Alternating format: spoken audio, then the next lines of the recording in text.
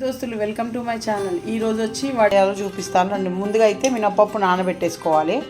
ఒక 4 to 5 hours నానబెట్టుకుంటే ఏంటంటే పిండి అనేది మంచిగా ఒదిగి గారెలు అనేది చాలా బాగుంటుంది. నీళ్ళన్నీ వడగొట్టుకొని ఒక జల్లల్లో వేసి పెట్టుకోవాలండి. ముందుగా మనం పప్పు రుబ్బుకునే ముందు కొంచెం ఒక 5-6 స్పూన్ల బియ్యం పిండిని వాడాలండి. జార్లో వేసుకొని పిండిని మొత్తం ఫైన్గా రుబ్బుకోవాలండి.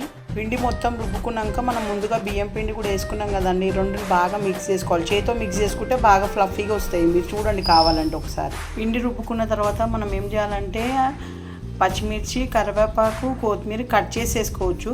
కాకపోతే నా సజెషన్ ఏంటంటే ఇట్లా కచ్చాపచ్చగా గ్రైండ్ చేసి వేసుకుంటే ఫ్లేవర్ బాగా వస్తుంది. ఒకసారి ట్రై చేసి చూడండి. మంచి మిక్స్ చేసుకున్నాక ఒక స్పూను జీలకర్ర వేసుకోవాలి. చేసి పెట్టుకున్న కరివేపాకు, కొత్తిమీర, పచ్చిమిర్చి పేస్ట్ కూడా వేసేసుకోవాలి. ఇప్పుడే మిక్స్ చేసుకున్నామండి, అయిపోయింది. ఇప్పుడు వడలు వేసుకోవచ్చు. ఆయిల్ని హీట్ చేసుకోవాలండి. ఒకటి గమనించండి, ప్రసాదంకి చేసేటప్పుడు కుడి చేతితోటే గారెలు వేసుకోవాలి. ఎడమ చేతితో వేసి మళ్ళీ ఇందులో వేయొద్దండి. బాగానే తీసేసుకోవాలండి. పల్లి చట్నీ విత్ వడ రెడీ.